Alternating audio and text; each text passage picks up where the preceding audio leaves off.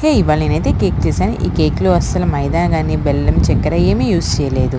ఏంటి నిజమా? నాకు కూడా చెప్పవా? ఏం లేదు, చాలా సింపుల్. ముందుగా ఖర్జూర పళ్ళని వేడివేడి పాలల్లో వేసుకుని నానబెట్టుకుని పక్కన పెట్టలేవి సాఫ్ట్గా అయిన తర్వాత మిక్సీ పట్టేసుకోవాలి.